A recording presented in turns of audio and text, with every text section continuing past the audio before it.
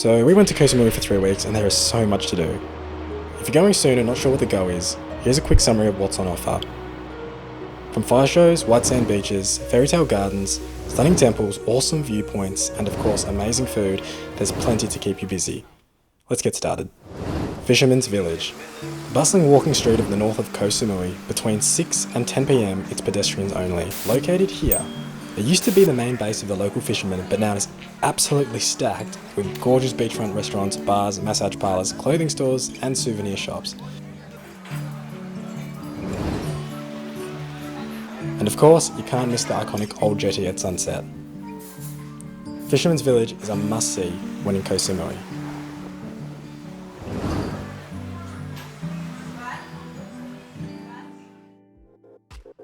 Silver Beach in Crystal Bay.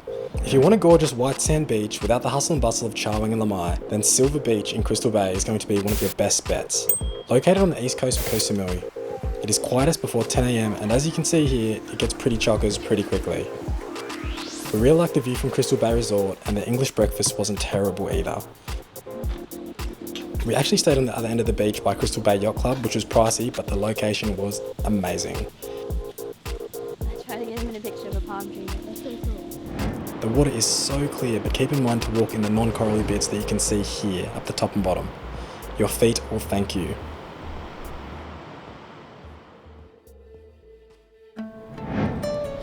Koh View Point. A peaceful spot only about 5 minutes drive north of Crystal Bay. The views are decent and I would probably recommend chilling by the steps or the rocks a bit further down and just soaking it all in. As you're driving, the spot does sneak up on you on the highway, so definitely keep a lookout for the pink coffee van, which is there most days and you can try some interesting drinks. Yeah, coconut water and green tea frappes. If you like what you see so far, please don't forget to like and subscribe. I've worked really hard on this video and there's plenty more to come. Let's keep it going. Coral Cove Beach. A sneaky little beach tucked between Koh View Point and Crystal Bay. It can be awkward getting to as it's also off the highway and there is also limited parking, but rest assured this secluded beach is worth it. The sand is not as fine as Silver Beach, but the snorkeling is actually the star of the show here. It was 100 baht to rent a snorkel from the resort and the water gets deep quite quickly, so you definitely don't have to swim out far. Unfortunately I don't have an underwater camera, so you'll just have to trust me, it is nice.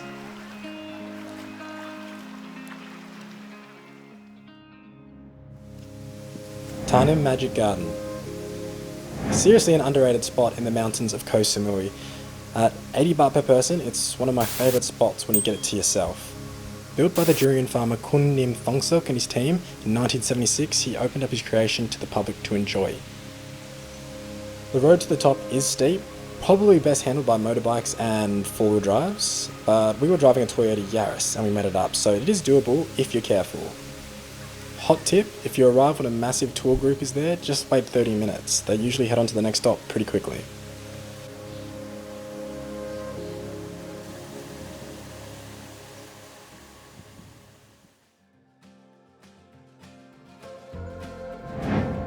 The Giant Summit. One of the best viewpoints in Koh Samui, hands down in my opinion. Situated literally less than a 5-minute drive from the Magic Garden, this restaurant is an absolute banger if you stop off on your way back down the mountain.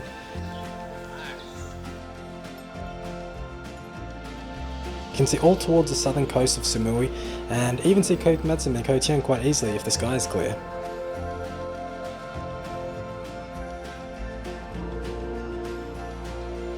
Just make sure you don't drop anything off the edge because it's all jungle down there.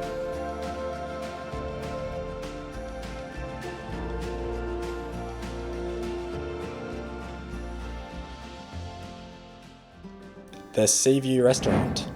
Literally halfway between the Giant Summit Restaurant and the Magic Garden is the Sea View Restaurant, which is, I believe, a part of the Mountain View Restaurant as well. Anyway, this spot treats you to almost the same view as the Giant Summit, except you get an infinity-ish pool as well. Keep in mind the pool does cost 100 baht and the place also gets smashed with tour buses. We went at about 2 PM and had it almost to ourselves, luckily. Khao Jook Pagoda. You can see this hilltop pagoda from loads of spots in Choeng, but not everyone visits it or knows there is also a lovely temple underneath it. Google Maps takes you up a steep hill to the entrance here. It's a very short stroll up the steps towards the temple with a 20 baht entrance fee.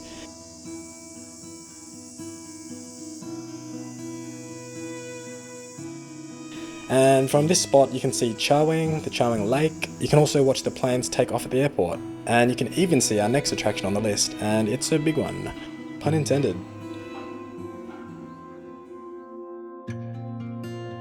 The Big Buddha. I actually think this might be the most popular tourist attraction on Koh Samui. Located on a little island called Koh Phan, the 12-metre tall Buddha statue is about as grand as it gets. The island is connected to Samui by a short causeway, so you can drive and it's free entry. Just remember to keep your clothing conservative. All temples like longer shorts and shoulders covered. This place gets crazy busy, so I would strongly recommend coming in the early hours. I believe the big group starts cycling in from about 9:30 onwards, so just keep that in mind when visiting. Wat Plai Laem, a temple with two also giant statues on either side of it. The goddess Guan Yin and the Chinese laughing Buddha. Wat Plai Laem is literally within walking distance of the big Buddha and is also free. You can hear the kids playing at the school on the grounds. But it is a pretty tranquil spot. We can also pay 10 baht for food to feed the fish with. And here is the actual temple as well, which as I said before is actually between the statues. And if you're lucky you'll be able to see one of the birds fly into the laughing Buddha's mouth where they've actually made a nest, as you can see here. A very cool spot to visit. Thongson Bay Beach. If you wanted to head a little bit further north, almost to the tip of the island, you would find Thongson Bay Beach, which is, from what I can tell, a much quieter beach than the others. The water was super warm here, and I think it was about 100 baht to sneak a sun lounge and umbrella. The food was okay, but the shakes were spot on.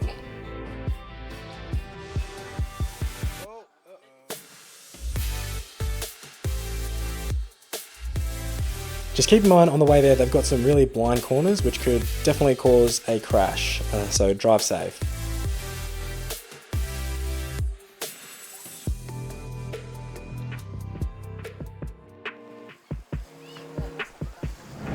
Choengmon Beach. This little beauty is a popular one. Sort of around the corner from Thongson Beach, it can be a bit more difficult to find. Google Maps took us to a dead end, so we sort of winged it and made our way to the Island View restaurant next to Samui honey cottages. So recommend Googling that if you want to get there. People come here for the white sand, water sports and the view of Koh Phan Noi, which is a tiny island you can walk to when the tide is out, and you can even stay on the island resort there called Cape Phan. I recommend just getting a classic Thai massage from the ladies at Young Massage, which was about 400 baht and it was so good. Let's head back towards Fisherman's Village for a second and visit the Wharf Walking Street Night Market. Arguably one of the best markets on Koh Samui. It is open Mondays, Wednesdays, Fridays and I think Sundays.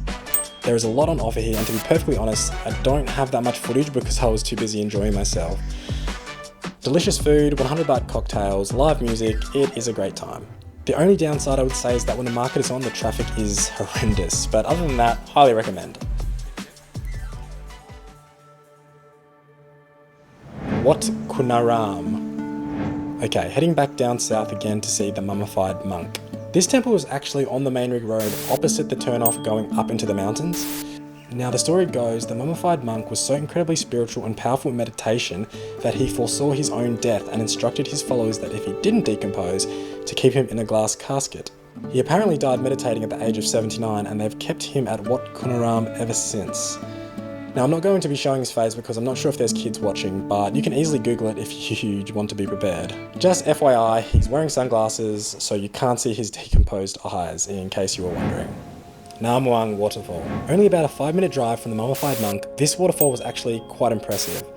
Obviously it depends on the rainfall prior, but we managed to catch it the day after a storm, so we were pretty happy. It's 20 baht parking for bikes and cars. There are quite a few shops in the short walk from the car park to the falls. If you've got the balance, I recommend traversing your way across the stream to see it from the other side. or even go for a cheeky little swim in the pool at the bottom of the falls. Also, PSA, don't ride the elephants, never ride the elephants. Red Temple, and it is also known as Wat Plai Laem, which directly translates to the Stone Snake Temple. It is located just on the southern outskirts of Lamai on the main ring road as well. The temple surface is mostly made of clay and is beautifully used to craft the meticulous artworks you can see inside and out. Definitely an interesting stop off if you've got the time.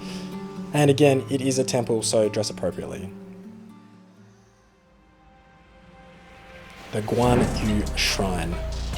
This bad boy is Guan Yu, who is sometimes considered as the Chinese god of war. About 16 meters in height and just down the road from the Red Temple. Guan Yu was an extremely successful military general about 2,000 years ago, according to Dr. Google, and his ability has been worshipped through the ages. Thailand has a strong Chinese influence, and a lot of their beliefs and deities also made their way into Thai culture. Firecrackers do get set off pretty frequently at this shrine, so just be aware. And it is free entry with a little gym underneath for some reason. Koh Madsum, also known as Pig Island. You've probably heard of the Pig Islands of the Bahamas. Well, guess what? Thailand has one too. This little treat is located here, just south of Koh Samui and east of Koh Thian. You'll most likely get a tour for this one. We paid 1,500 baht per person. Luckily, babies go free. And the pigs are just chilling. You can feed them pig food if you like. After Pig Island, you can also go snorkeling by Koh Thian, which is okay, but the boat fumes killed me.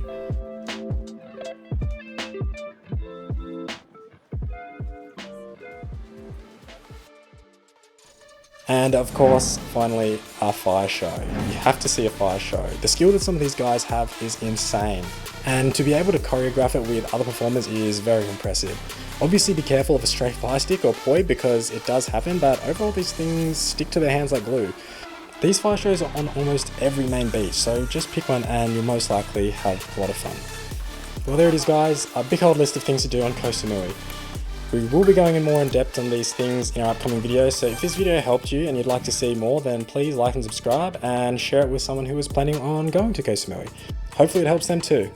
We worked super hard in this video guys, so yeah, I'd really appreciate a bit of feedback. Koh Samui is an awesome island and we'll definitely be going back one day, 100%. Thanks again for watching guys, take care and enjoy Koh Samui.